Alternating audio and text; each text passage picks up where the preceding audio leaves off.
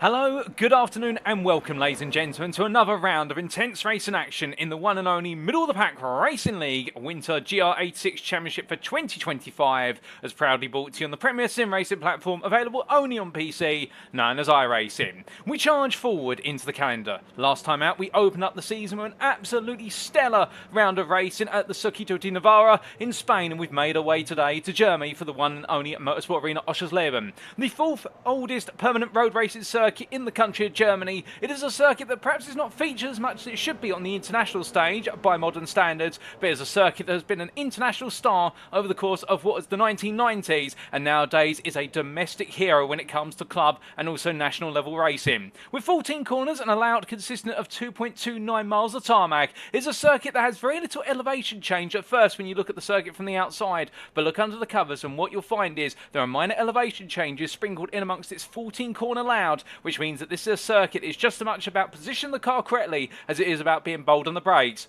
When the corner sequences come in fast and flying quickly between each other, one misstep can be all it takes in order for you to completely compromise your lap in qualifying, or alternatively open yourself up to a mistake which could lead to an overtake over the course of the race distance. And with overtaking typically relegated to the straights around here or some more notable braking zones, it is a circuit that's not easy to go battling at, and therefore qualifying is going to be just as important a recipe as it is going to be a bold dash down towards turn number one. But as we welcome you to this broadcast from circuit side, we welcome you to this post-round broadcast of round 2 of the championship. But what exactly do we mean by post-round broadcast? Well, the racing action you're going to see today is not live. It occurred earlier this week on what was Wednesday the 5th of February 2025, but we're bringing it to you as if it were live this Sunday the 9th of February. And therefore, in the commentary booth, we do not know what happens, whether it be in the final practice session, which is currently ongoing, the upcoming qualifying session, or indeed the race, and therefore it's going to be as close as possible to the raw live experience for you guys and girls tuning in at home. And as always, we do ask that if you do know the results, do not spoil them in our respective stream chats. Make sure to avoid any potential spoilers, and that way it gives it the raw live feel all the way from start to finish today.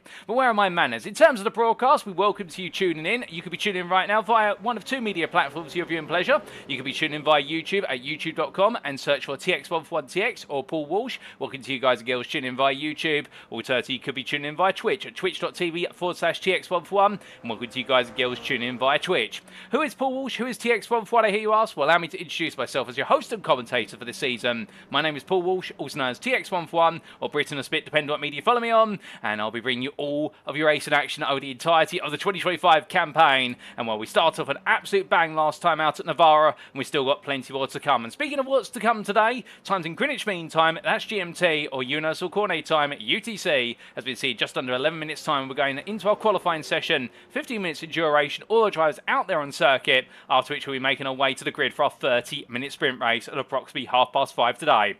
Without further ado, well, let's take a look at the calendar so far and what is still lying in wait. Because as we can see, where we opened up our account with round number 1 on the 29th of January at the Circuito de Navarra, there was just as much battling between the classes, whether it be the pros or the AMs, as there was in amongst drivers between each of those classes, and therefore the Free Content Cup really getting off to a stellar start. Round number 2 today is Oschersleben on the 5th of February, and we've still got plenty of rounds to go, because after today, we're making our way to United Kingdom for a double header to see out the Free Content Cup. In round number 3, it'll be Snetterton in a week's time on the 12th of February, and then round number 4 it'll be the Alton Park Circuit on the 19th of February, where we have our feature race finale to wrap up the Free Content Cup before we go into our mid-season break. After which, when we return on the 5th of March, we charge our way into the Roval Cup, which will be all American circuits, indeed all American Roval circuits, and well, that's going to be a very different style of driving. But let's not dwell on what's to come. Let's get to the here and now and tell you the story with regards to how the championships stand after a single round. And as we can see, I've started off with the Pro Drivers' Championship. James Logston seemed absolutely unassailable at last time out at the Navarra circuit, taking pole position for 2 bonus points, plus also the victory, putting him on 52. Wasn't quite able to seal the fastest lap over the race distance. That went the way of David Adeyemi in the closing stage of the race, but James Logston was just slightly out of reach of all his peers. However, David Adeyemi and Julian Jones did keep him on his tour as long as possible, but then found themselves more in a two-way fight for second place, with John Lauzon bringing out the rear in P4 there, 2 points ahead of Shahi Zahir. Outside the top 5, it's Kai Moraes, Edwin Offre, George Louise, and then we do see Aaron Lahr and Tom Bryce completing up the Pro Top 10, with Aaron Tiggott there having a bit of a difficult start to his season at P11 at best of rest on 23 points. But some notable mentions there as well in terms of battles. We did see the debut of George Louise there, currently in P8, enjoyed a brilliant back and forth battle between himself, fellow Brazilian driver Kyle Moraes, and also Edwin Onofre. But coming on to Edwin Onofre, well, he found himself just as much battling with his pro peers as he did with his AM class peers. And as we come on to the AM class, the big name in the AM class, Edwin Onofre, will be definitely seeing a little bit of red of potentially going into today, will be Nick Bader, the winner in the AM class last time out, and the sole AM driver to finish inside the top 10. And absolutely sticking in it to win it and fighting with everybody out there. And so you may be asking, well, why would an AM driver fight with a pro and vice versa? Remember, our drivers score points first and foremost based on overall finishing position. The AMs only score a couple of bonus points for finishing on the podium, with 3 for first, 2 for second, and 1 for third. So therefore, whether it's an AM or a pro you're up against, you need to beat them to score the biggest set of points. And Nick Bader absolutely embodied that spirit with the fact that he took the victory and has taken a 7-point advantage over Blake Phillips. Respectively, Blake Phillips making his debut last time out in Spain and had a brilliant debut to take a P2, and the same for Marlon Brandel, taking P3 there, only just behind Phillips in their brilliant battle for the runner-up spot right at the end of the race. Glenn Bratton, meanwhile, sits in P4 ahead of Billman DaCosta, as the two of them got very close over the midpoint of the race distance. Well, then outside the top 5, Roger Ganesh ahead of Carl Peterson, when Mark Senegal had a difficult day at the office for Sunday GT Turtles and be hoping for plenty more today, ahead of Jermaine Warren and Navru Kumar, and then we do have Nick Yakubov at last but not least in P11 on 24 points. But coming from our standings then, and we'll give you an update on the team standings after round number 2 in a week's time at the start of the round 3 broadcast, given the fact the teams were only assigned going into this round. Well, as we can see, in terms of our circuit for today, it is the Motorsport Arena Oschersleben. The Grand Prix layout will welcome our drivers and located near the town of Oschersleben in what is the region of Burda in the state of Saxony-Anhalt in Germany. It is a circuit that looks rather complex on paper when you look at a two-dimensional image, and thank you to iRacing.com, not just for their brilliant simulator, but also the track maps that are packed into it. But once you start to go into the details, it's a circuit that has to be driven in order to be appreciated. But as the drivers roar the way around here, they'll find a grand total of 14 corners, many of them being medium to low speed apexes and also multiple direction changes in quick succession. That all adds together to the fact that the Toyota GR86 Cup car, well, it's a very nimble car on its feet, or should we say on its wheels, and therefore you've got to be able to very deftly make your way from quarter to quarter, be ready to position the car and make sure those weight transfers work out and you can carry all the speed. Particularly our drivers run in the predetermined setup where the traction control is off, the ABS is quite light, and therefore the car is at its most nimble package. But as the drivers roar the way down the start finish straight in towards turn 1, Now fine, we're not running the infamous alternate opening corner layout, whereby it's a sharp left-hand 90-degree corner, and previously coined by John Glenn as a corner that's not to be enjoyed. I'm not going to repeat the quote live on air. You can look it up on YouTube, as it is a little bit of an adult quote. But as the drivers make their way through the sweeping left-hander, they'll quickly rotate themselves through Hotel Corner at turn number 2, before they come back into the 180-degree hairpin at turn number 3. As they come out of Hesserode, they'll then make their way into the triple complex to turns 4 through to 6, named after the fact it's a triple left-hander, and they'll very quickly have to get themselves set up for turn number 7, with turns 6 and 7 being an analogue of turns 1 and 2, and that becomes a running theme over the course of the lap. As they make their way out of turn 7, it's then to the uphill chicane of turns 8 and 9, before they definitely make their way over the crest of McDonald's Corner in turn number 10, the highest point of the circuit, and it's a downhill run towards the Shell Curve and Anman Curve at turns 11 and 12, a medium speed chicane, before they come into Bow Curve at turn number 13, where the aim of the game is not to overstep your mark but carry as much speed as possible, before trail breaking your way into Zeppelin Curve to complete the lap and do it all over again. But there have been so many corners and limited straights, it means that overtaking opportunities there are going to become as a result of mistakes, or alternatively bold moves down the start finish straight or on the back straight at McDonald's into Shell. But going on to our rules then, let's give you a quick reminder of the rules before we go racing. We can't go racing without them. As we can see, setup wise, drivers are running a fixed setup as provided by the Middle of the Pack Racing League administration, with fuel loads restricted to 27.3 litres, so no refueling is permitted. Qualifying wise, an open qualifying format shall be used lasting 15 minutes to split into 2 equal halves. We'll see the AM class take to the field for the first 7.5 minutes, and then they'll come into the pit lane and unleash the circuit for the Pro class, who will take to the circuit for the second half. And in terms of our sprint race rules, meanwhile, the race shall start by a standing start, as is the tradition of the Winter GR86 Championship at the MPRL, with each driver having 1 fast repair available, and a driver shall receive a drive-through penalty if they've accumulated 15 or more instant points. That's enough rules, regulation, everything in between. We're all here for the racing, and well, as all our drivers get themselves set and ready to to attack, well, we do make our way to look back to circuit side here, and well, as we can see, Shahi Zahir rolling his way on around at the moment, and well, Zahir, one of the many drivers who'll be looking to try and do well today and deliver a big result. But then again, given the fact that James Logsdon really put down a marker last time out at what was the Navarra circuit, you would imagine that he's going to be feeling quite confident he can lay down another marker of the same and potentially run away into the distance. But as we do see here, none other than Zahir rolling his way on around. Well, also we do need to look to our AM driver, as we did see Zahir, they're getting a bit wrong coming out of what was turn number 7, and this is your AM Championship leader, Nick Bader, who absolutely in strong form last time out in the Navarra circuit, but then again found himself entangled in amongst pros and AMs alike, and therefore is it going to be another opportunity for him to try and charge away, or will he find himself under major pressure, and could we see a little bit of a turn in the tower? Because this circuit here, a highly technical circuit, not that Circuito de Navarra was not a technical circuit, but a much more straightforward circuit, with a multitude of hairpins and sharp right hand corners, and only one major trail braking zone to note, whereas around here we've got direction changes, we've also got plenty of heavy braking zones, and a plethora of low to medium speed corners, and an absence of straights. That's the main difference between our round 1 venue and our round 2 venue, so therefore it's all going to come down to qualifying for the first part, and then who could be the boldest to make their way through. That will be the other side of the coin that all the drivers will be curious about. But speaking of curiosity, for those curious, have we got any new drivers on the grid today? Yes, we have. We've got Jason Lynn on the grid. He returns after what was his time in the championship in 2024, if I'm not mistaken. We can't quite get a close-up of the car there, but Lynn is down in the pit lane, and we will give you a little bit of a closer look at his car. He'll be competing in the AM class in what is the 261, and we look forward to seeing how he gets on in his debut round today for this season of the championship. But meanwhile, some drivers putting some more times in and out there, including Billman DaCosta in the Bear Pope Zero car as he roars his way along, teaming up with James Logsdon for the purposes of this season. And we're coming into what is turns 11, 12, Shell, and then Aman. And as he heads on through the left-hander there, well, absolutely smooth as you go. And you can run out onto the exit curb in there. You can run your way out onto what is the blue curbing beyond the red and white curving, but if you do so, there's a lot less grip available there, so you run out wide, but as of your own risk. And the fact the circuit normally also dips away from what is the red and white curbing as well. It drops away as you make your way further and further away, and that can very easily unsettle the car, particularly if you get ready to dip an outside tyre into the gravel and try to get the throttle down.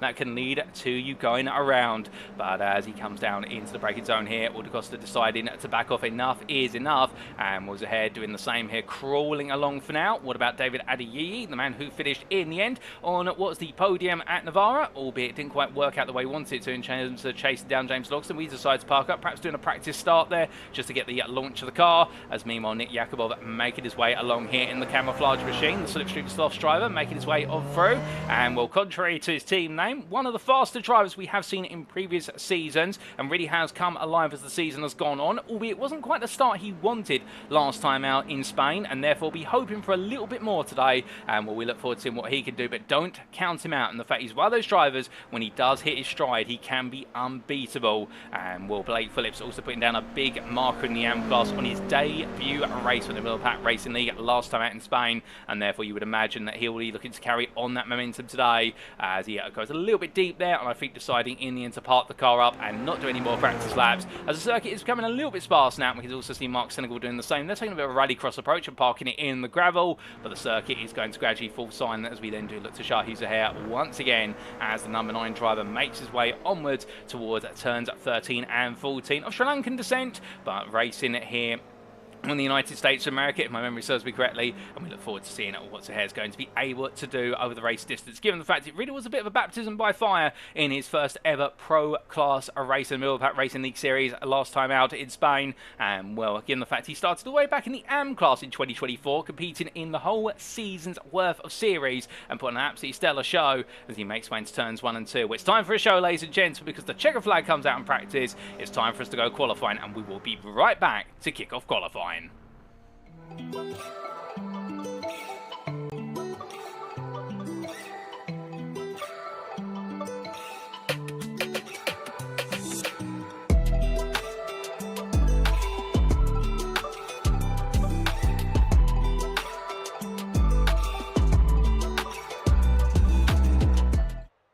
we return to your circuit side pictures, ladies and gentlemen, and qualifying is go, go, go as our AM drivers begin to make their way out of the pit lane. And as they do, well, the sun is shining, there's a little bit of cloud out there as well, but it does mean this circuit is going to be in prime condition to be able to put good qualifying laps in. Not a drop of rain in sight so far, and well, a couple of AMs already out onto the circuit. Glenn Bratton being one of the ones in the middle of the AM pack to make their way out, and you can see their very sharp pit lane exit. Not an easy pit lane exit to do, particularly for the uninitiated, as he just about runs it over the white line there on the inside. I think he'll get away with that this time, will Glenn, but if he does that again, he may be having a word with the stewards after the race, or I should say the stewards are having a word with him for future rounds with regards to pit lane exits, but no harm done there at the moment. He might just get a brief slap on the wrist, but as the time continues to trickle away, you can see whether we're in the AM or the pro session of qualifying on the top left corner of your screen there above the timing tower. And for the uninitiated, if you're wondering who's an AM and who's a pro, well, the way to discern is in the timing tower. Those with the orange stripe against their names, such as Glenn Bratton and Blake Phillips, who we look to here, well, they are your AM drivers. Meanwhile, those with the light blue, they are your pros, the likes of James Logston and what is George Louise. We can also see that on the cars as well, and the fact you will see at the majority of the AM drivers typically running what will be orange wind mirrors, and meanwhile, it'll be blue wind mirrors for the pros. They sometimes also have what is a color-coded door number. Alternatively, you might also see it with a window stripe, a front window stripe, but not all of our drivers choose to run that. So coming on to qualifying now, as our drivers put their first out laps on the board, and what can we expect in qualifying? Well, qualifying does have a major significance, given the fact that we do have the situation whereby, as we mentioned earlier, overtaking here at Oschersleben is challenging. It's not impossible, but it requires a lot of commitment, and it also requires you to goad out a mistake from your rival. So therefore, you qualify well and get yourself ahead of the pack to begin with, rather than find yourself in the middle of the pack. It does normally help you out quite considerably, and if you can break away in the early stages, you may find by the midpoint of the race, given the 30-minute distance, that actually it may be the fact the race win is being contested by only 2 to 3 drivers who've already opened up a sizable gap, whereas the rest of the field is still languishing behind by 5 seconds or so and needs to play catch-up. But of course, the converse thing is that when fighting begins, if you're at the front of the field and you start fighting, you very quickly lose lap pace. You can lose up to 2 to 3 seconds a lap, and that can enable your rivals to very quickly close behind. But as our drivers get ready to move on to their first flying laps, we're going to need to lay down some rubber in order to do so, given the fact that this circuit will not be that much rubbered in. Beyond the practice session, we can see some dust there and some dirt being kicked up. I believe Nick Yakubov might have had a little bit of an inventive line coming into turns 1 and 2, so he's decided to tow back to the pit lane and then go back for another out lap, and the Slipstream Soft driver just nursed his way out again. Very easy to make a mistake there through turns 1 and 2, and in fact you can see where he went off previously and has come back across the gravel, and those gravel stones there just gradually being ushered across the circuit, and they'll fade away over time. So with qualifying being so important, what else can we expect? Well, ideally, you do want to try and get quite a bit of the fuel out of the car. Remember, our drivers have fixed fuel loads. They are not allowed to adjust the fuel in the car, so therefore they start the qualifying session on 27.3 litres, and they have to burn it off over the qualifying distance. With 7.5 minutes available to each of our classes, that will come into approximately what will be 3 flying laps, if my maths is correct, and therefore you ideally want to build yourself up to that final lap where you've got the least amount of fuel in the car, and the fuel will help you make those very rapid direction changes as Mark Senegal comes his way across the line, and as he does so, 1:39.843 is his first lap. He'll get another 2 in before qualifying is done and dusted. Carl Peterson there, meanwhile, what is 1.5 tenths behind goes P2, and well, Glenn Bratton, meanwhile, immediately raising the bar. So does Blake Phillips, as all the drivers are now starting to hit their stride. They'll be on to their second flying laps, and as they head on around, well, meanwhile, where is Nick Bader in all of this? The AM Championship leader coming into this round. Well, he's currently midway through his first flying laps. He makes his way through McDonald's corner and now down towards Shell, heading on down towards turn at number 11, but has decided to take a little bit of a different approach in qualifying. The fact that he's actually put himself well out the way of the rest of the field, and while a little bit of slipstream can be helpful down the start finish straight, but otherwise it's not really that beneficial.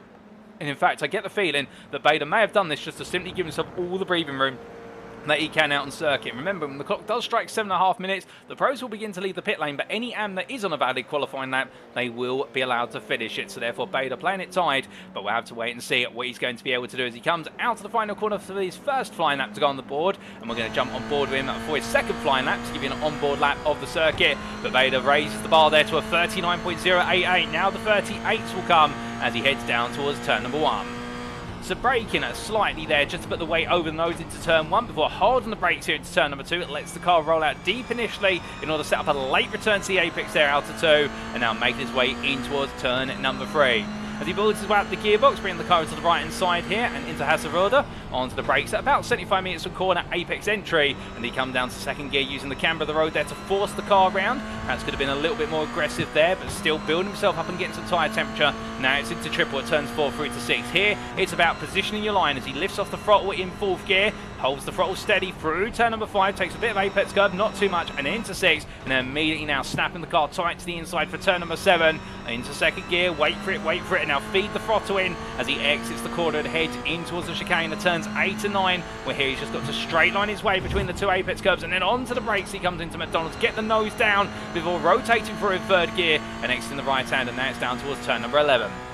As he hits the rev limiter almost there, up into 4th gear, maximising out those revs in each gear, getting all the speed you can, and now heading in towards the medium speed chicane. 4th gear drops to 3rd on the apex approach, then to left hand at turn number 12, takes a lot of apex curve, it sends the car sideways. Nick Bader up at 2 wheels for a brief moment, and as he comes into turn number 13, well, that's going to cost him a 10th or 2 as he roars his way down to the final quarter. 90, he didn't need to take that much apex curve, but Bader pushing it to the limit there, no doubt about it, as he exits the final quarter. What's this going to be from the privateer as he heads towards the line? Well, it's been a very aggressive lap if nothing else, and it's not an improvement, down by what was half a tenth there on his previous best. And I get the feeling that mistake at turn number 12 where he hit the apex curve was the difference between him improving and him staying where he is on that 39.088, but nobody else improving at the moment. Meanwhile, Jermaine Warren, who was a little bit anonymous in qualifying at the Circuito de Navarra, well, meanwhile here at the Motorsport Arena Oschersleben, he's currently P2 in the middle of the pack, racing a lead car, racing officially for the MPRL privateer team. And as he comes out to turn number 10, onwards towards 11, he'll go as meanwhile that's an error in the rear of the picture, and that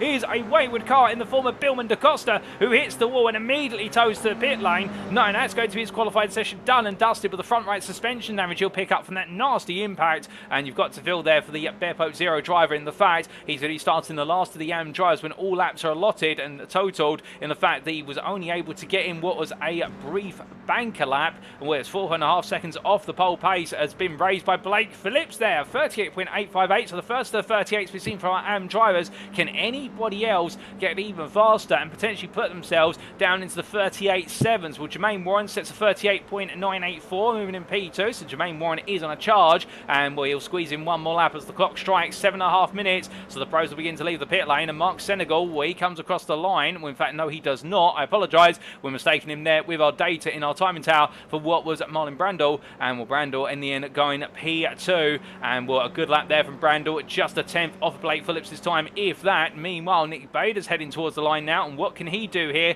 in the blue and black machine as he comes towards the time in line? He's currently P4, 2.5 tenths off a provisional pole. He raised the bar there for a provisional pole of a 38.806. Nobody on a 38.7 so far, but still we've got some drivers out there, including Jason Lynn, who we can see here for the first time as he makes his way on around, and well, a lovely livery car there for the Le Petit Club. I do believe that's the team name. I may be mistaken. In fact, let's just double check and make sure we've got that team name right as he roars his way on through. And the Le Pit Club, I should say, Le Pit Club Sim Racing, not Le Petit Club. I'm getting myself mixed up there with the Le Petit Le Mans, which is the race at Road Atlanta that's hosted every year, but Le Pit Club and Sim Racing at driver making its way on around, and as he does so, coming down in towards what is turns 11 and 12, looking smooth so far. Currently P5, right slap bang in the middle of what is the AM class as he roars his way on through turn number 13. Glenn Bratton off camera improves to 39.037, but Lynn decides to come on in. He has not improved any further, and meanwhile Roger Ganesh is the only other driver who can improve out there. He is on a bad lap. Carl Peterson's cross line but has not improved.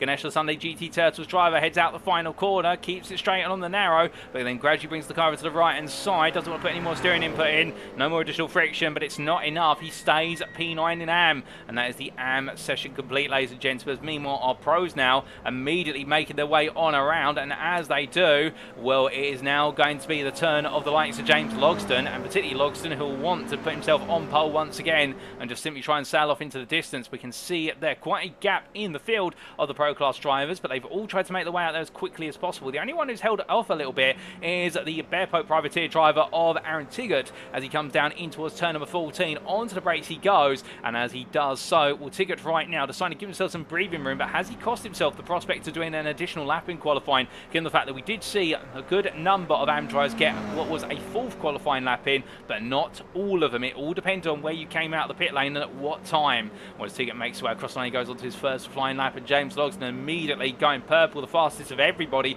in Sector 1, according to my timing screen. So as I look on my screen off camera, and meanwhile we look to Edwin Onofre, the driver right now in the Pro class here, who of course are reigning champion from the LMP3 series, an absolute demon in the prototype machine, but still a way to go, it would seem, in the Toyota GR86, but very different cars, and they're raced over the course of the year at the Middle of the Pack Racing League. There's something for everybody, but of course we do have the wonderful Toyota GR86 Cup car, introduced in real life in 2023 with the North American Toyota Gazoo Racing Cup Championship, and it's become a mainstay on iRacing just as much as it has at the club level in the United States of America, and we're very happy to see it back once again as he roars his way down into towards turns 11 and 12, and as he comes down here onto the brakes, well, a little bit wide of the apex there at turn 11, but potentially trying to set up the run into turn 12, but was still trying to get some tyre temperature in, as meanwhile we look here to the man who was the first out the gates of the pit lane for the pros. He comes to the line, and it's James Logsdon. He sets the bar as a 38.312, but immediately look at that from John Lauzon.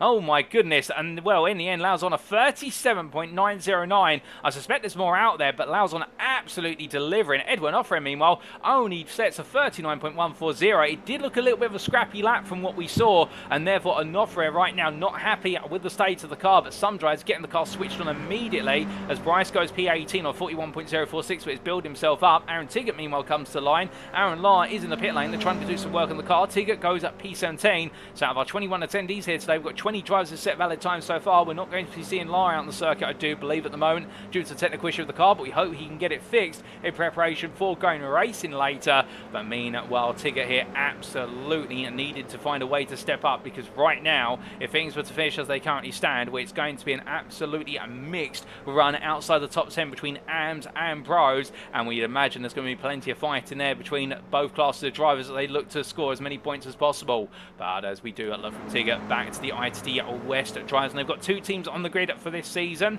and well, as we do see here, David Addy roaring his way on through what is turns 7 and 8, keeping the car nice and smooth all the way through the corners at the moment. And well, does have a little bit of pressure from where's his teammate right behind him, Shahi Zahair, but these two trying to work together in order to push each other along and essentially get themselves in a position whereby Zahair will gain in the toe. But you notice there Zahair getting too close to the back of Adiyi's car, and in fact that's hurt the pair of them in the fact that, well, particularly for Zahair now, his lap will be compromised to a degree in the fact that he's had to back off there into the medium speed chicane at turns 11 and 12. He won't gain as much, and that's the gamble when you try to find the toe, even off the back of your teammate. You've got to start the lap a certain distance and hope that your teammate or the driver you're trying to get the toe off of doesn't make a mistake or is not slower than you in particular quarters, because otherwise you won't get the full benefit. As you can see, Adiyi faster than Zahair there on a 38.507 to a 38.573, and that's all because of the slowdown that happened at turn number 11 where Zahair had to lift off the throttle. As they come in towards turn number 2 and through, well, in terms of the ITD West drivers and their teams, we do see Tom Bryce crossing the line. He's improved, moved up to P15, but still a long way over the top 6, which is all pro drivers. We do have two ITD West teams here this season. You're going to have ITD West Senior Vice Presidents and also ITD West Interns Pro Esports Division. So two rather lengthy team names, and I believe they've had to be concatenated for the purposes of the broadcast and also the result sheets. And we'll keep updated on that. But the ITD West team are putting two teams out there, and will mean while one driver is putting himself all out there is none other than James Logsdon as he roars his way up through turn number 10, and well, the fastest in sector 1, and that's with everybody, not just the personal best. He's not the fastest man out there, given the fact that John Lauzon right now 4/10 faster, but as Logsdon come down towards the end of sector 2, it's not an improvement in sector 2, so therefore he's got it all to do now in sector 3 to try and turn this around and put himself on what will be overall pole position. He will have one more lap after this, given the fact he's got a minute left on the clock, so therefore he's timed this just about right, as meanwhile David Adiyiyi is just a little bit further behind and is setting a personal best currently, but Logsdon comes through the final corner, and what's it going to be here for the championship leader as he comes on down? There's John Lauzon just in front, and Lauzon does not improve. It's very close to improving, but not enough. A 38.076. Logsdon a 39.246. He's got it all to do on one last lap, one last roll of the dice. Meanwhile, Adiyiyi comes to line, goes P2. A 38.086 is a good lap from Adiyiyi. Adi, the ITT West driver, absolutely delivering. Zahere, meanwhile, not improving and stays behind. We've also got some more drivers making their way across the line, including Tom Bryce. And as he comes on down for Bryce there, it's not an improvement. What about George Louise? Well, you can see him here as he makes his way through turns 1 and 2. And as he comes on around there, well, the number 10 driver rolling on through the Brazilian and looking a little bit sparse for time in qualifying, and something tells me he may be having to pick up the places in the race instead as the clock strikes 15 minutes in 3, 2, 1, and that is the end of qualifying, ladies and gentlemen. In terms of the fact now, our drivers who are on laps, all of our pro drivers are on laps. This will be their last laps. They're all going to get 4 laps in here, but who is going to be the one on pole? Well, right now the favourite looks to be John Lauzon,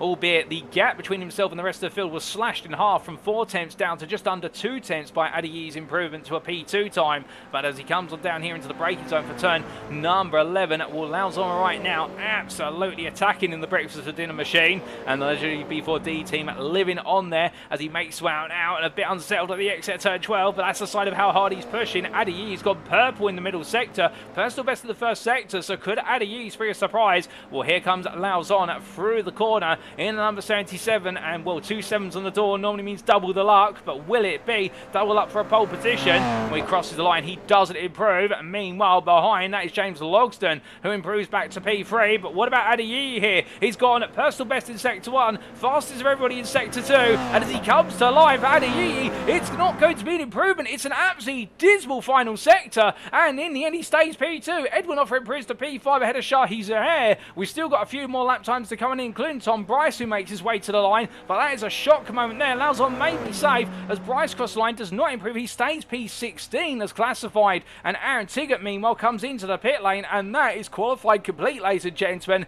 And in the end, it is John Lauzon who has taken pole position, his first pole position of the season. Overall in the pro class, with David Adiyi lined up on the front row alongside him. James Logston will start today P3, and in the AM class, Nick Bader, your championship leader, will start AM pole position P7. This, of course, all being subject to confirmation that these lap times are valid, something we don't have until we transition to the grid. But what a qualifying session in the end, and Bader only taking AM provisional pole by what was half a tenth over Blake Phillips, and Marlon Brando a further what was half a tenth behind. So very close between the top 3 in the AM championship in this qualifying session. And meanwhile in the pro class, 1.5 tenths or just over for John Lauzon was the delta, and Lauzon absolutely nailing it here at Oschersleben. And we'll get the feeling with a very different tone of circuit, it does mean that some drivers have really come to the forefront. And well, also keeping in mind there, we've had some drivers qualify well out of position, including Louise, Bryce, and also Tiggott, the 3 pro drivers there, one of whom starting right at the bottom end of the top 15, and Bryce and Tiggott both started just outside the top 15. So therefore, they're going to have to fight their way between themselves and the AM drivers in order to get themselves into the top 10 and potentially take on their fellow pro peers. And that is not going to be something that they want to order on the radar. As meanwhile, ladies and gentlemen, the grid is about to be set, and this is how our drivers line up for what is our race of the day. So for round 2 of the championship here at the Motorsport Arena Oschersleben, it is John Lauzon who has taken pole position. He is joined on the front row of the grid, the privateer, by the ITT West Senior Vice President's driver of David Adiyi. Then behind them on row number 2 is James Logston for Bear Pope Zero, and Julian Jones for ITT West Interns Pro Esports. We then do have Shahi Zahere starting the day at P5, and well, he'll be joining the top 5 alongside his teammate David Adiyi for ITT West Senior Vice Presidents. And then we do have a little bit further behind the pair in there, when P6, none other than Edwin Onofre, the privateer. We then have an all-AM row on row number 4, and it is Nick Bader has taken the AM pole position by only half a tenth over Blake Phillips. The Lepit Club sim racing driver there lines up P8, a good qualifying session from him, no doubt about it, and he'll be very happy with that. Marlon Brandel will start today in P9, the privateer, ahead of Glenn Bratton, who completes your top 10. And then you do have outside the top 10 the continuation of the AM field, including Jermaine Warren there started P11 ahead of Jason C. Lynn. We then do have on what is row number 7 Nick Yakubov for Slipstream Sloths ahead of George Louise. And then we have Mark Senegal started P15 for Sunday GT Turtles ahead of Roger Ganesh, his teammate. The two line up together on the 8th row of the grid, with Aaron Tiggott line up P17, the pro driver there, well out of position, ahead of Carl Peterson for Caboose Crew. And the final full row of the grid, it will be Tom Bryce, IT West Interns Pro Esports. Again, another difficult qualifying session there for a pro driver, much like for Tiggott. Bryce has got it all to do over the race distance, and Bill DaCosta for Bearpoat Zero completes your top 20, with Aaron at last, starting last but not least, P21. No lap set in qualifying, so for Lar, he's got it all to do in the race if he can get the car on to the grid, but there is all the grid, ladies and gentlemen, and we've only got 10 seconds before the lights do go on, but it'll be Laus on the left, Adi on the right, and it will be a battle between the two of them down towards turn 1. On paper, it's a long run, nothing's guaranteed, and it's all going to come down to launch and who's the braver on the brakes. But the grid is set, the lights are going on for round number 2 of the championship.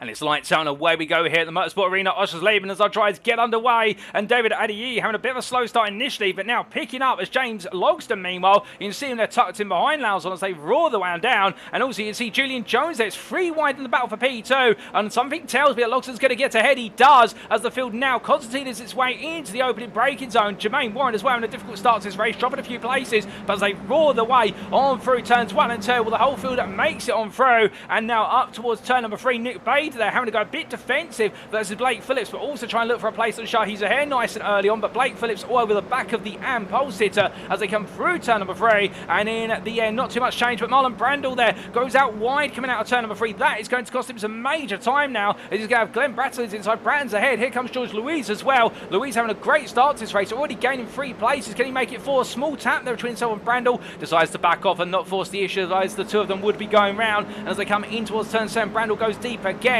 Marlon Brandel really struggling here in the early stages of this race. Of course, it is only lap 1, but he hasn't quite got the car switched on compared to his peers around him, and you can already see now the after effects being felt as they serpentine their way up the hill. But look at that, a good run there from Nick Yakubov on the back of Jason Lynn as they come into McDonald's corner. Down towards turn number 11 they go, and Yakubov's going to look up the inside. The switching slots driver really thinking about it, trying to go all in for the move. He can't quite make it happen, and in the end has to back off as Lynn holds position. Aaron Law has made it to this race. He started from the pit lane, and therefore he's making his way through McDonald's corner currently, but it's a long wait before he can pit lane start. We had a run wide there from Jermaine Warren just a little bit further up the road on the screen, and as they come towards the end of lap number 1, here's the field as they roll the way into lap 2. So after our open lap, it's John Lauzon who leads, having started on pole ahead of James Logston. P2 is made up a place. David Adiyi sits in P3 ahead of Julian Jones. P4, Edwin Offred completes your top 5, but he's in a battle with Shahi Zahair as they come down towards turn number 1 this time around. And in fact there it's Offred looking for the move on the outside of Jones. We should correct ourselves. Zahair still in P6,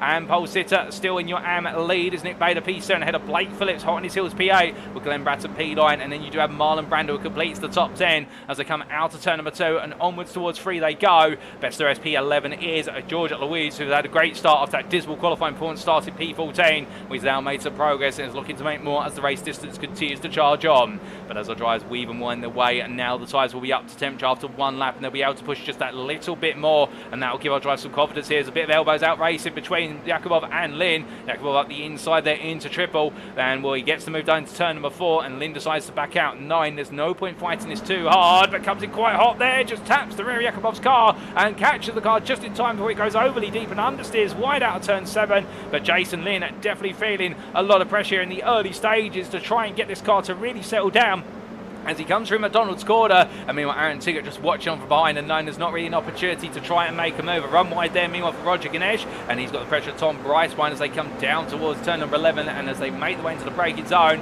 well, we've got a bit of a change, and that is Edwin Offred. And Offred has gone round. Now, what exactly has caused this, we're not quite sure, but Edwin Offred has had an uncharacteristic error coming on through the medium speed chicane of turns 11 and 12, and as a result, that's going to put him a long way down the order. That puts him all the way down to P20 as Billman DaCosta goes around the outside of him. So DaCosta taking the opportunity there, and we'll get a replay of that very shortly. As meanwhile, we can see here Nick Yakubov, where he's made his way on past Jason Lynn at once, but Lynn's putting the pressure on, and in fact, we also see there he's now putting the pressure on Mark Senegal is Yakubov as they come down to lap number 3, and as the 4-cylinder machines roar the way down these 2.4 litre boxer engines, well, it's going to be a move there for Marlon Brandel, trying to hold Aaron Tiggott behind, but Tiggott on the outside to the inside here, fully commits, and Tiggott gains the place back at the P14, and Brandel finds himself just being ushered a little bit further down the order as we look from them to Mark Senegal here side by side with Yakubov, and well, here comes Senegal to defend. Yakubov trying to make a move, and in the end it is going to be a defensive move from Mark Senegal that plays off very nicely as they come out of turn number 3 up towards 4, but that question mark of what exactly happened to Edward Offred, well, here we go, ladies and gentlemen, we can get a replay.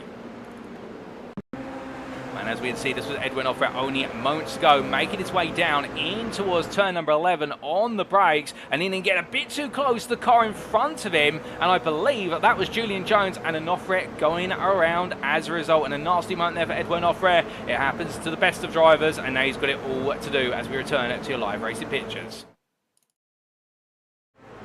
As we return to the racing, we'll still plenty more to come as we are back here looking at what is that continuing battle between Senegal and Yakubov, and Mark Senegal still having to go defensive as they roar and wind their way into turns 11 and 12 this time around. But as they come in towards turn number 13, well, anything's possible. And speaking of anything being possible, well, right now James Logsdon, after that brilliant race starting to move up into P2, I think he's starting to believe anything's possible, because we ride aboard looking back from the race leader here of John Lauzon, and where you can see right now the Canadian under huge pressure from the Bearpoke Zero drivers. They head down towards turn 1. James Logsdon, the fastest man out. They're setting a 37.849, 2 tenths faster than anybody else over the course of the race distance so far. And of course, these cars will get faster initially, given the fuel falls out and the tyres get warmer and warmer. But there will come a point with the tyre wear that starts to outweigh the lightness of the car as a result of the fuel coming out.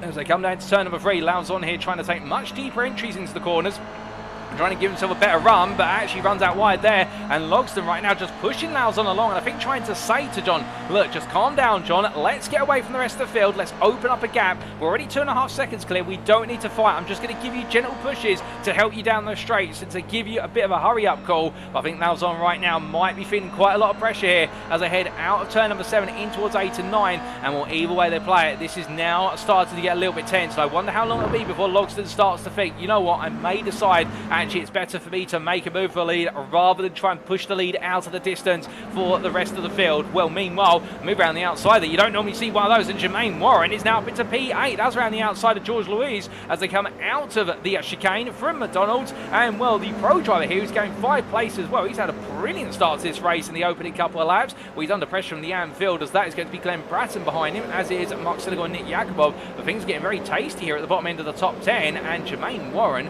has really marshaled his way on through. And whilst he was a little bit absent in terms of Navarra, where it just did not work out in Spain, here in Germany he's absolutely flying all bit. Oh my goodness, there's a big moment there, as that is Glenn Bratton going around, and in the end aided with regards to not going straight across the circuit by hitting the side door of Mark Senegal. But you would imagine there that Glenn Bratton, having gone wide, well, his heart would have been thumping in his chest. I think Mark in the Sunday GT Turtles car would be thinking, am I going around with him? And in the end he just kept it pointed in a straight line. And well, brilliant driving from Senegal, not to be fully collected there by Glenn Bratton. You've got to feel for Glenn as well. He's just pushing hard, and in the end the car coming loose. But meanwhile, speaking of things coming loose, well, we need to take a look back at something that's happened to Jason Lynn, and here's a quick replay.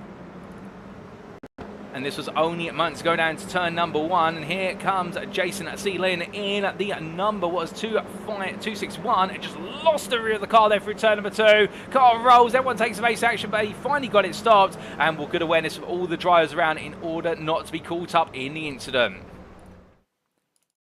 And as we return to your live racing pictures, ladies and gentlemen, still more racing to come over this distance. And keeping in mind, of course, we are only what is the best part of 4 laps into this race. We have got plenty of time remaining here at Motorsport Arena Oschersleben, and it's already been a dramatic opening few laps. And well, as we do look here to Glenn Bratton, who much like Jason Lynn's now got it all to do after a difficult moment, only a lap ago. Well, we look back to your race leader, John Lauzon, and he's looking quite comfortable out there at the moment as he roars his way up through turn number 13 in towards 14, with James Logsdon close behind. But then we do have what is a 3.5 second gap to David Adeyiyi, and as he makes his way through turn number 14, well, Adeyiyi, the leader of the IT West cars, and in fact you've got 3 of them there all together. That's Adeyiyi ahead of Jones, then Zuhair. That completes your top 5 with your AM leader Nick Bader P6 ahead of Blake Phillips P7. Bader and Phillips have really broken away from the rest of the AM pack, and if anything, I think they're trying to do a little bit of the enemy of my enemy is my friend, and just working together. As you can see them here, this is Blake Phillips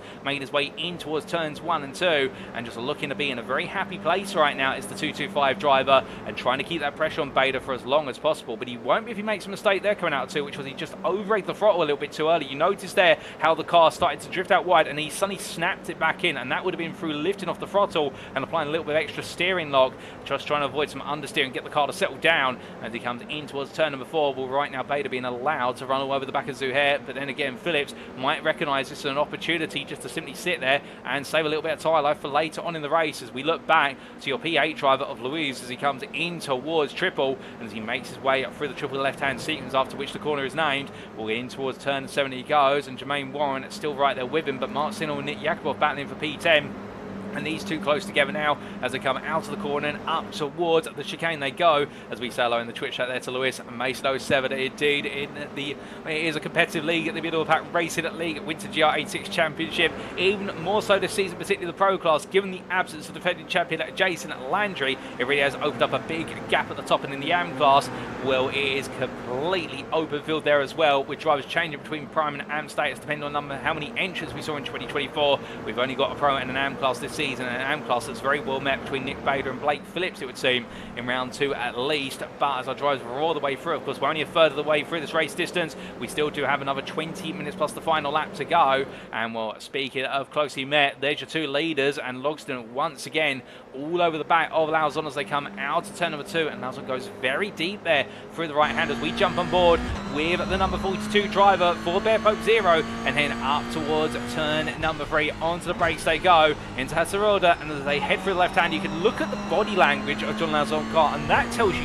one thing: he is not comfortable right now as your race leader. He is driving on the limit. Here comes Lauzon looking for the run around the outside, with Logsdon trying to go to the inside, and as they head into triple, well, Logsdon trying to force the issue there. Lauzon just about keeps him in track limits. They come down into turn number 7, and Lauzon holding on literally by a hair as they roar the way through, and Logsdon putting all the pressure on now as they come in towards the chicane. He's seen it. He has seen that his Canadian rival right now is absolutely running on the edge of adhesion, and therefore he wants to try and goad him into a further error or into a mistake so he can just make the move. But the one thing that Lauzon's done correctly is just kept himself on circuit and made sure not to make a mistake that completely opens the door up, and that's what you can do here at Oschersleben. So long as you keep it on circuit, you can just keep yourself ahead. You normally have a very good chance of defending, but that pressure is only going to get more and more as Logsdon continues to evolve himself in this race. Meanwhile, further back you can see the running order of 5 cars in the battle for P3, with Adi being at the head of this pack, with Jones, Zuhair, Bader and then Phillips all together.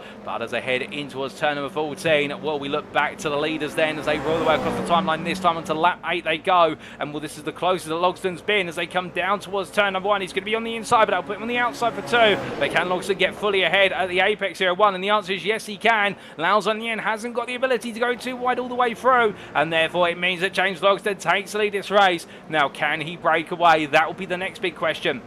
And the answer will be, well, based on the pace we've seen, arguably yes. But then again, Lauzon was the one who put the pole time together in qualifying. But then again, taking pole position in qualifying doesn't necessarily show how much pace you've got in the race. You may be fast over a single lap, but you may be slower over the distance, whereas some drivers may be the opposite. That's not to besmirch Lauzon, but that's the way it could work out between them. And meanwhile, further back, we look to Jermaine Warren as he continues to chase after the rear of George Louise as they roar on to P8. And as they head up towards turns 4, 5 and 6, we can see that gap between what is Warren and Senegal just behind has started to open up a little bit more, but Senegal has broken away to a second from Yakubov, so the battle there for what is 3rd through to 5th of the AM class seems to have calmed down, as meanwhile that was a very sideways Aaron Tiggott there coming through triple at turn number 5 into 6, and something tells me that the Team Bearpoke driver might be absolutely running that car all the way on the limit in order to try and make up some more places. They haven't started P17, frustrating at qualifying session, but he's definitely been enjoying the racing so far as he comes out of turn number 10 with Marlon Brandel and also Edwin Offering not far behind. Well, he may have some company coming from behind very shortly, but heading down to the braking zone here for turn number 11, where we look back to Edwin Offering as he heads towards the braking zone, and the number 99 driver, as he roars his way from right to left, getting very close to the back there of Brandel's car, and coming in towards turn number 13, looking one way, then looking the other, and you would imagine that for an off-rare, in his mind right now, the number 99 driver is going to be thinking, I've got the pace here, given the fact he qualified inside the top 10, but an unfortunate error coming out of 11 into 12 earlier in the race, put him all the way to the back of the field, and we're right now absolutely glued to the back of Brandel's car as he tries to chase down P12 that's owned by Aaron Tiggott, but an off-rare's got some way to go here as he heads in towards turn number 1. Does he look for the move on the inside this time? The answer is no, he doesn't. He thinks slightly about it, but in the end opts just to simply stay in position here, not to force the 2 wide. Brandel going a little bit deep there, but gets the car stop just in time. Onofre showing that pro status, gets the better run off the corner, now starts to squeeze his way to the inside here. It's going to be a classic move into turn number 3, and Onofre onto the anchors there, gets the car stopped absolutely on a dime, and it's a brilliant move there for P13. There's a huge spin for Marlon Brandel as he gets the car around, and in the end manages to stop it from rolling backwards by spinning the car back on itself. Brilliant car control there from Marlon Brandel to make sure it didn't fully roll back across the circuit. It could have been far worse, but that drops him all the way down to P19. In fact, drops him down to P20 as Jason Lynch just made his way through. But whilst this has all been happening, we have had a change of leader once again, and well, that question of could Logsdon break away, the answer is no, because here's your leaders going side by side for turns 11 and 12, and well, showing you can go too wide around Motorsport Arena Oschersleben, a good number of corners, but Logsdon defend on the inside here, and Lauzon won't have much space to work with coming out 13. He has to back off there, but I think this might be just teeing them up for the next lap as they roar their way out of the final quarter and reach the halfway point of this race. We've still got 15 minutes to go by the time they get to turn number 1, 15 minutes past the final lap, and as they roar their way onwards here with these lap times so evenly met, but 39.8 and 39.9 to these two. Meanwhile, David Adeyemi behind a 38.6. And we'll put it in perspective, that's 1.3 seconds gained by the third place driver. And we said earlier about the fact that battling around here could cost up to 2 to 3 seconds a lap. Well, you're starting to see it now as Adeyemi getting closer, and that gap already coming down from what was 4.5 seconds to 3 seconds as they made the way onto lap number 10. And Adeyemi has broken away from the rest of the pack behind him, so he seems to be in a bit of a peaceful P3, but he'll be hoping he can get right into the fight and break the peace of the leaders as these two continue to push each other on. And Logsdon holding off Lauzon for now as they come out of 3 in towards 4, and it does look as though whoever the leader is, they're not quite able to break away out of these two. But then again, it's small margins between them, and that could make all the difference. One mistake from the driver behind, and that could be enough of a gap for the leader just to simply saunter off into the distance. But then again, it's one thing in theory, it's another thing in practice, and both these drivers right now put hours of practice in order to try and go for this win here today. But which of them will get it? That's the big question we'll answer at the end of the day.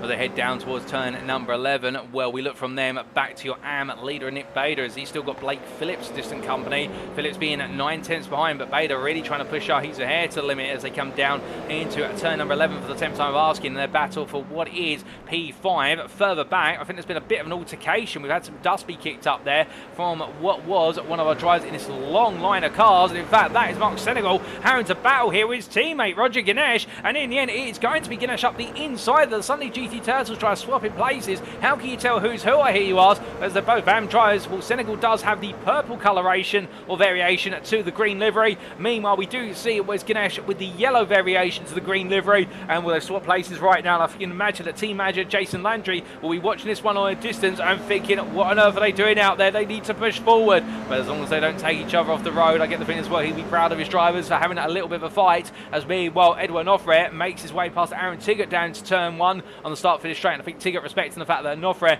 might be the faster of the drivers at this point in the race, and therefore not wanting to put up too much of a fight as they now head out to turn number 2 once more. And now he's going to be looking to chase after George Louise, who is the best part of 2.2 seconds up the road, but he's not out of reach. As they come down through turn number 3, Ganesh and Senegal absolutely fight each other as hard as possible only moments ago. And well, I think it was a bit more than meets the eye with regards to the battling, and we could have a quick replay to explain what exactly happened, and here it is.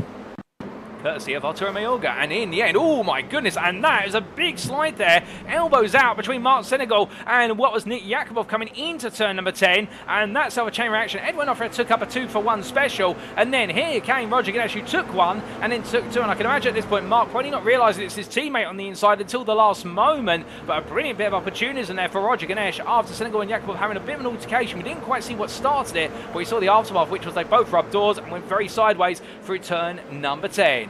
But let's return to your live racing, ladies and gentlemen.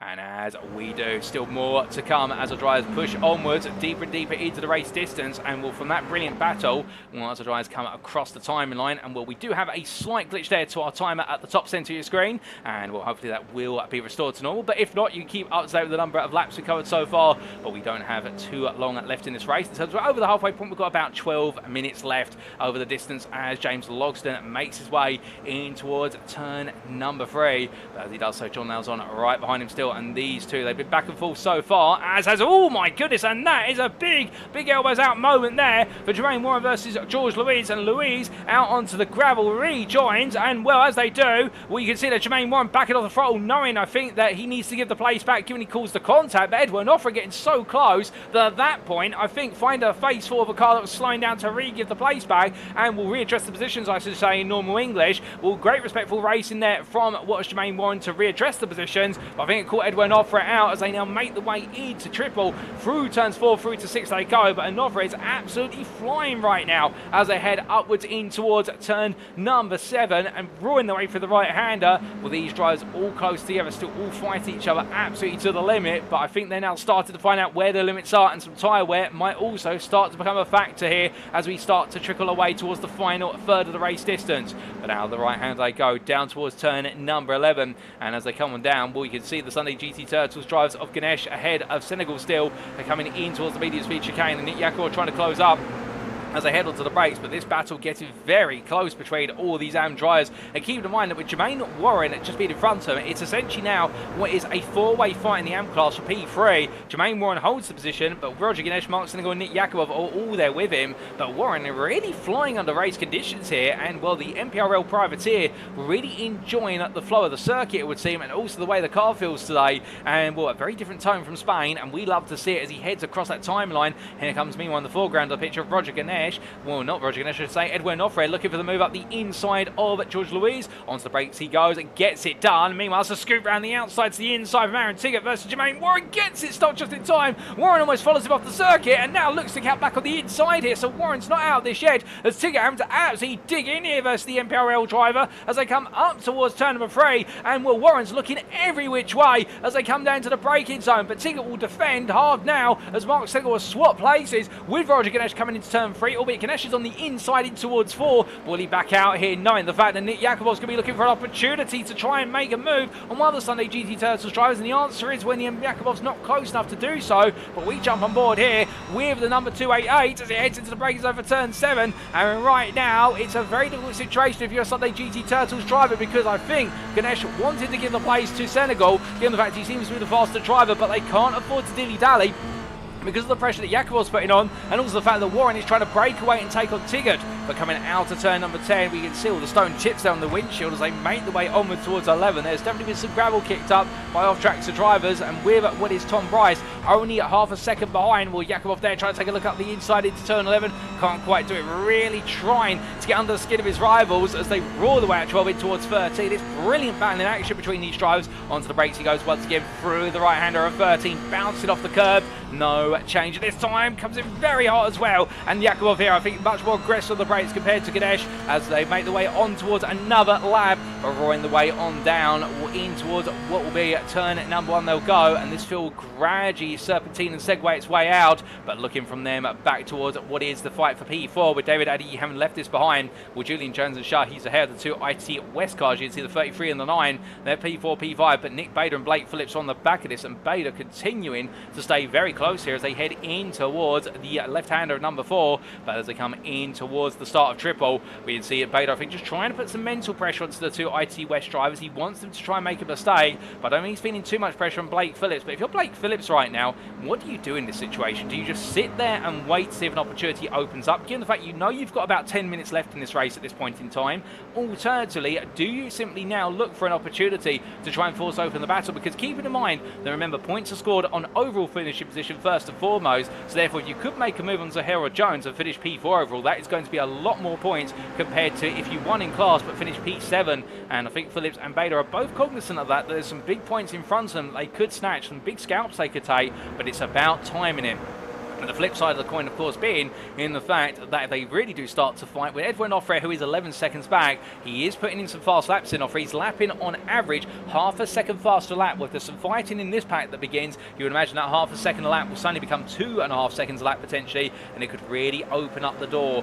But as they make the way down the start finish straight, well, here comes Phillips then. He's in the draft. He's within what is a 10th there as they come on down towards turn 1. He thinks about it once, he thinks about it twice, but decides not to go for it on the third time remember thinking as I come through the right-hander. Well, right now, I think Phillips just started to show himself in the wing mirrors of Bader a little bit more and saying to him, don't forget I'm here. I've been patient, but my patience only goes on for so long, and I've got a race I want to win. As Bader immediately now tries to take a little look up the inside of Zuhair, but decides not to commit to the move there to turn 3. Phillips backs off again, and boy, it looks over there Phillips may not be as strong in these opening corners compared to Bader, but the latter half of the lap he does come alive. But either way, these drivers right now pushing each other over the distance, and meanwhile, oh my goodness, and that is Nick Yakubov who had a spin at turn number 2. Now, whether he's been aided or not, I'm not quite sure, but there's also been some change because we've also had Jermaine Warren drop down to P16. What exactly has happened to the privateer? Well, I think we can get a replay to explain, ladies and gentlemen, and here it is.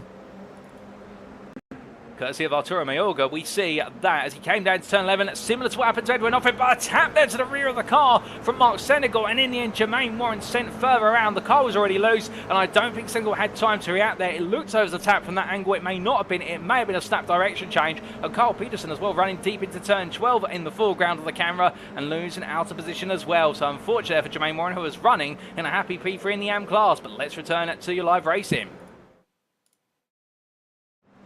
But as we do return, not too long left in the distance now as our drivers continue to charge their way towards the close of this race. And we'll meanwhile looking back to your leader. Well, here is James Logsdon right now holding off John Lauzon for a little bit longer. And well, it looks so between these two drivers, very little in it in terms of lap times. And the fact they haven't actually gone side by side or fought each other over the last few laps means that ever since James Logsdon's got back ahead, that gap between them and David Ade has marshaled its way back up to 4.5 seconds now. It was at one point down to 2.5 seconds, but it has opened up once again, and that shows you, as we said time and time again, how much time fighting costs you around here. And I think both Lauzon and Logsdon know they can't afford to fight too much, but when they do fight, they will go all in for it, and they'll look to do it in a way where Ade can't get involved in this because they don't want the ITT West driver to have a starring role. But there he is in P3, in a very quiet P3 at the moment. And then you do look back to Julian Jones with Shahi Zuhair going very deep there at turn number 7. The first major mistake we've seen from Zuhair over the course of what's been the second half of the race.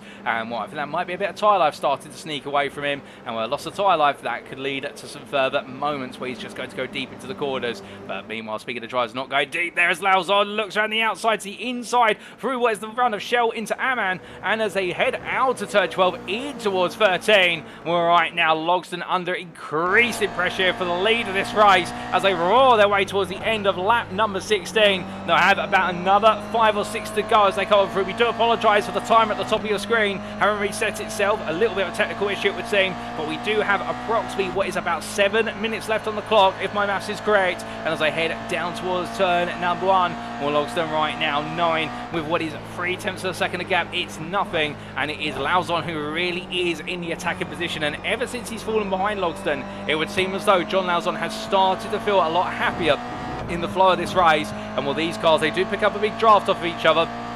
These machines are not that rapid. They don't have too much aero. They're almost as if you're essentially pushing bricks down a road and trying to break a hole in the air. And that's why Lauzon will be absolutely glued to the rear of Logsdon in order to pick up tenths of a second on each and every acceleration zone as he roars his way into turn 4. Gets very close to a small tap to the rear of Logsdon's car. And Lauzon continually trying to probe out a move here as they head onto the brakes of turn number 7. Looking this way, looking that way. There's no real way of doing a cutback through 7 after 6, given the fact you've got that quick change from a left into a right, and also you're loading up one side of the car first and then shifting all that weight down to the front left tyre of the car. But as they come in towards turn number 10, Logsdon right now a bit more control this time as he makes his way over the crest of 10. Down towards 11 they go, and well, this battle takes a brief pause, albeit not for too long. As they come down in towards the chicane, you can see Lauzon there just putting out the tyre, I think trying to send a signal, which is I don't want the overspeed and I'm not going to look for the move. Alternatively, is he going to try and make Logsdon second guess himself? When in the end, Lauzon runs a little bit wide. That cost him half a tenth as they head in towards turn 13. Just a little bit of gravel being kicked up, and that could be the difference between him having the opportunity to make a move into turn 1 at the end of this next straight, or alternatively having to sit behind as he runs a bit further wide there out of turn 14 as well. So Lauzon now starting to up the ante, but how much further can he go? As meanwhile, Mark Senegal has found his way past Aaron Tiggott coming out of turn number 10 down into 11. So it does look as though Senegal now really starting to move forward in P3 in the AM class as he heads in towards turn number 13, roaring his way through the right-hander. And more Tiggott and Ganesh watching behind. But the Sunday GT Turtles driver, they'd love to get both cars inside the top 10, but only one's going to get in the top 10 at this rate, given the fact that Senegal is P10. And then you've got a sizable, what is 5-second gap to George Louise in P9. But as they come across that timeline now, another lap chalked up. And well, for the team, they're going to get some big points to the board of the Teams Championship, and they'll be absolutely pleased as punch with those as they come down to turns 1 and 2. But from them, we look back to Jermaine Warren, who's on the back of Carl Peterson in the battle for P6 in the AM class, P15 overall as they head down into the opening 2 quarters. And a frustrating race it has been for Jermaine Warren after running in P3 for so long in the AM class to have that spin, which is aided on his way after losing control of the car for return. Then we believe there might have been a small tap for Bart Senegal, but we can't confirm it. But already the car was snapping loose. Well, Warren absolutely pushed to limit and then pushed beyond it. And as he danced his way into turn number 3, you can see that the car got a bit deep, leaning hard on the right hand side tyres, and it's definitely right now a 2-1-3 machine that knows that it's a big result that has gone astray today. But through turns 4, 5 and 6 they go, and as they do, looking back to Nick Yakubov, who has got Glenn Bratton gradually approaching him here, and these two drivers have also had their own woes which they've tried to recover from at this time. And we have had 2 retirements in this race, and that has been at Jason Lynn and also Marlon Brandel, and Brandel involved in what was a couple of spins earlier on, and Jason Lynn in some separate instances. I think they're trying to get the car restarted to get it back out there before the end of the race, and therefore classify the car as completing up the race. So long as it crosses the line within 5 laps of the race winner, the driver will be classified as a race finisher, and they will carry that race finish as eligibility towards the raffle prize at the end of the season for completing at least 7 out of 8 rounds of the championship. But James Logston here, your race leader, takes central stage once again. We'll head down in towards turn number 3 with Lauzon right there with him. There's nothing between them at the moment, and Lauzon getting a bit more experimental, going a little bit deeper into turn number 3 this time. Not quite working out for him, but just seeing where the grip levels are, seeing where he can potentially probe for later on in the race. As from them, we look here to what is Roger Ganesh, who's making a move up the inside around Tiggott. That's for P11, so to move to the best of the rest spot. And just a classic move into turns 1 and 2. And Ganesh, the second of the Sunday GT Turtles drivers, looking to finish P4 in the AM class versus Senegal. His teammate just up the road will take P3 at this rate. But it does look as though Aaron Tiggott just not quite on the pace of the 2 AM drivers, and therefore opting not to fight this too hard, knowing it's only going to cost them time and potentially more places in the long haul. But onwards they'll go towards turn number 4. And as they come in towards that left hander, the battles are calming down now. But the one battle that is not calming down, it really is the calm before the storm, is the Logston and Lauzon battle for the overall win and the Pro Class victory of this race. And we jump on board once again here with your second place winner, John Lauzon.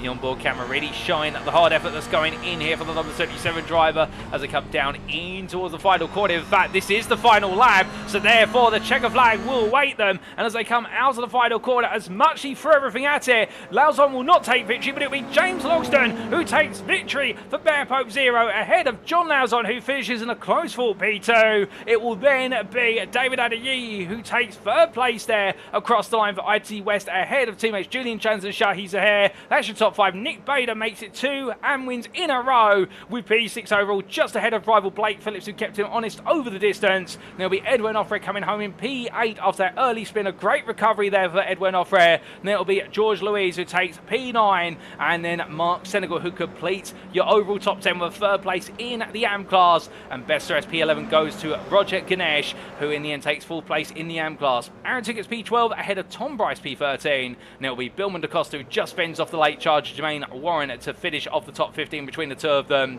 Carl Peterson P16 ahead of Nick Yakubov, and then we will have your last couple of finishers coming across the line. Glenn Bratton there at P18, and then we do have a little bit of time before this man who started from the pit lane, but still, let's give him a little bit of camera time, ladies and gents. But he hasn't been able to make any places for overtakes, but he's been able to pick up a couple of places by just simply staying out of trouble where other drivers have had misfortune and retired. And Aaron Lahr, who in the end couldn't get the car out on the circuit in qualifying due to a technical issue, when then they had a pit lane start, they had a bit of a delayed start to their race, but they did get it out. Then he will be classified as a race finisher by taking P19 overall and P10 in the Pro Class as he comes out of the final corner to see his checker flag.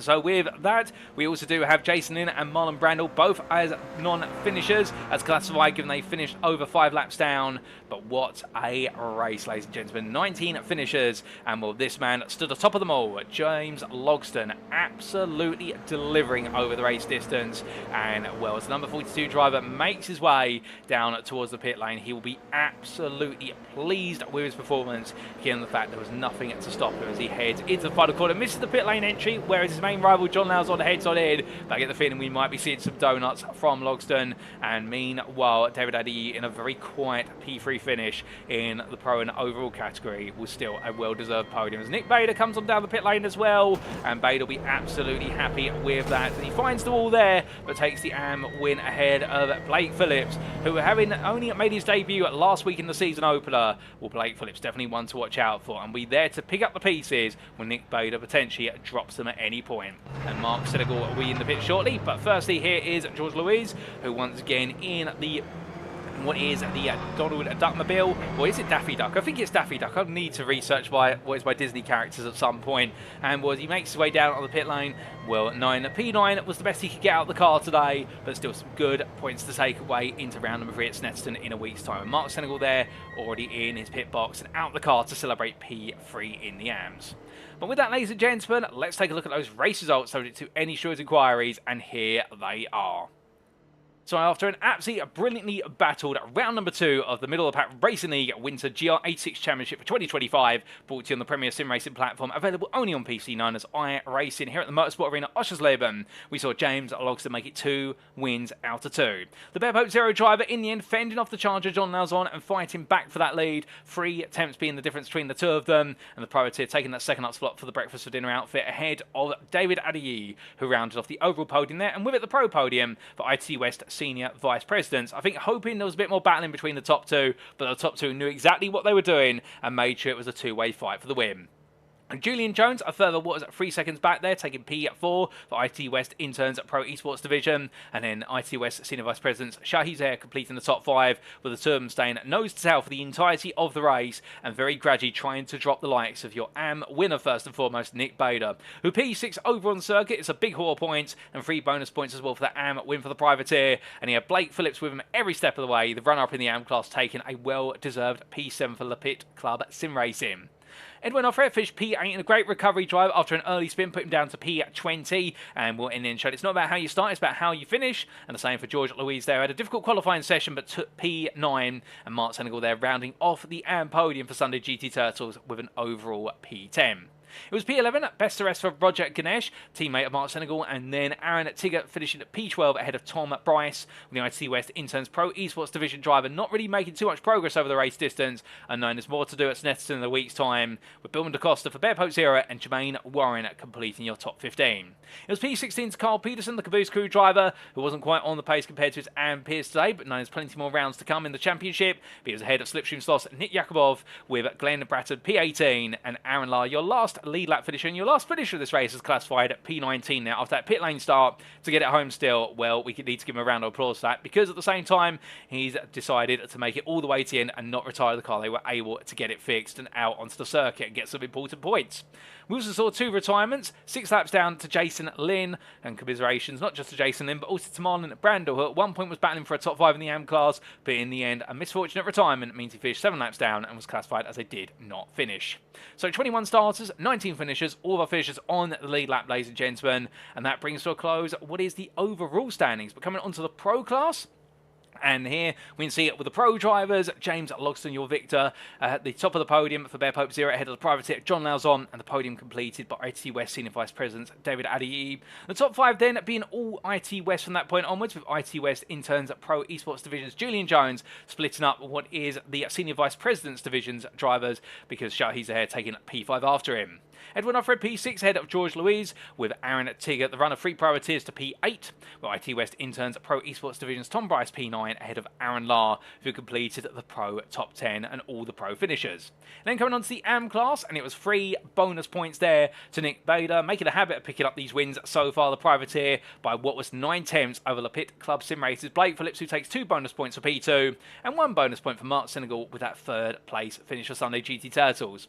His teammate Roger Ganesh just missing out on the podium, but still a P4, a well-deserved one at that, fighting hard, enjoying battling not just with his AM rivals, but also his teammate, and Bill Mendecost there, fighting well for a P5 in the AM class of Bear Pope Zero, and that could prove important later on in the season, given he is chasing a top 5 finish this season, as we're aware.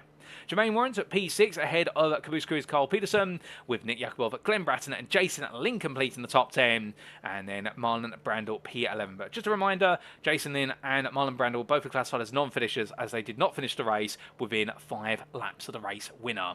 So there you go, ladies and gents, for a rundown of the Pro and the AM independent standings as well, and that brings our rundown of the results to a close, and really brings our time here at the Motorsport Arena Oschersleben to a close for round number 2 of the championship.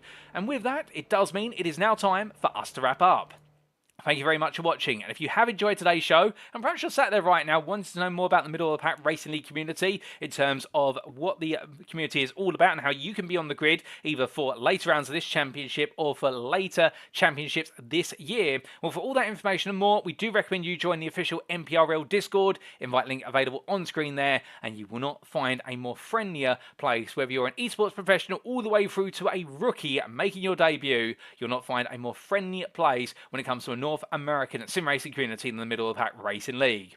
But if you don't want to go to the Discord, perhaps you're a little bit shy and perhaps you're more of a social media person, we can of course follow the MPRL on Twitter at twitter.com/MOP Racing. We can stay up to date with all the latest news and all things MOP, including how the Middle of the Pack racing teams have got on in what is major esports racing events, because the Middle of the Pack Racing League does also have its official sim racing teams which do enter into a number of iRacing official events. But with that, ladies and gents, we now turn attentions to round number 3 of the championship, and whilst the racing will occur on what is Wednesday the 12th of February 2025, well, next time we will be at Snetterton and we'll be bringing you all the racing action from the United Kingdom as if it were live on Saturday the 15th of February 2025. Save the date, we'll be back to our regular Saturday spot, and with Snetterton be a high technical circuit much like the Motorsport Arena Oschersleben, well, track position will be key, but it's wide open racing surface as well. We could see plenty of 2 wide moments at the MSV run circuit, but who will get themselves off to a flying start after round number 3 in the United Kingdom? For that and more, we have to tune in a week's time to find out. But until then, we've been the Middle of the Pack Racing League. I've been your host and commentator, Paul TX141 Walsh, also known as Britain Spit, depending on what media you follow me on. And until next time, remember to stay safe, stay well, stay smiling, and most importantly, as always, remember to stay on track. Good night.